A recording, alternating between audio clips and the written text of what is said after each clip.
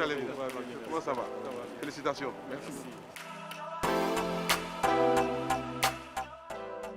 Monsieur le Président, comme je vous le disais, nous avons 9 blessés par balle.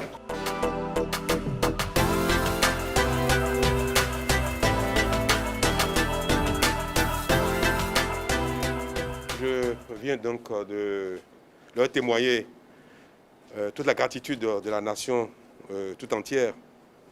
Mais à titre personnel, ce que j'ai vu est effroyable. Je suis meurtri parce que j'ai vu combien de gens qui sont allés servir la nation, dégager simplement les barrages qui ont coupé le pays en deux et qui ont fait l'objet de tirs nourris pendant cette noble mission d'ouverture des voies pour relier le nord et le sud, pour que les pays de l'Interland qui quittent le nord port reçoivent leurs marchandises, leurs médicaments. Parce que si on n'avait rien fait du tout, ça aurait duré combien de temps? Qu'est-ce que le pays serait devenu? Le nord et le sud, les besoins des uns et des autres, le pays de l'Interland. Ils sont allés sur ces deux voies, après échec des négociations, des discussions, pour ramener les enfants les uns et les autres à la raison, parce que la plupart sont manipulés. Faute d'avoir pu raisonner les concernés, ils ont entrepris de dégager la voie, enlever les troncs d'arbres, enlever les véhicules qui ont été disposés en travers de la voie. Et pendant qu'ils le faisaient, on leur a tiré dessus sans cesse, pendant pratiquement 48 heures. Et avec autant de blessés. Et on entend les gens revendiquer cela pour dire les chasseurs. Voilà un pays dans lequel on dit les gens qui sont formés pour aller à la chasse, pour le gibier, sont armés aussi bien de leurs fusils de chasse que d'armes de guerre pour tirer sur leurs compatriotes et qui ne faisaient rien d'autre que dégager des obstacles. Je crois qu'on a atteint des proportions inacceptables dans la République. Et nous allons tout faire pour que cela ne se répète plus jamais. D'abord, identifier tous ceux qui ont été instigateurs, auteurs, d'une manière ou d'une autre, afin qu'ils répondent de leurs actes, et tous ceux qui ont été manipulés, auteurs également, qui sont les moins fautifs. Mais les plus criminels, ce sont ceux qui les ont utilisés, manipulés, pour arriver à une telle situation.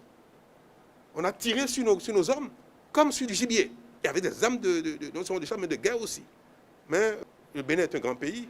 Ensemble, nous serons nous relevés de cela pour que le traumatisme ne dure pas trop longtemps dans nos têtes, parce que c'est de nature à perturber complètement nos valeurs, notre foi, notre pays, notre unité.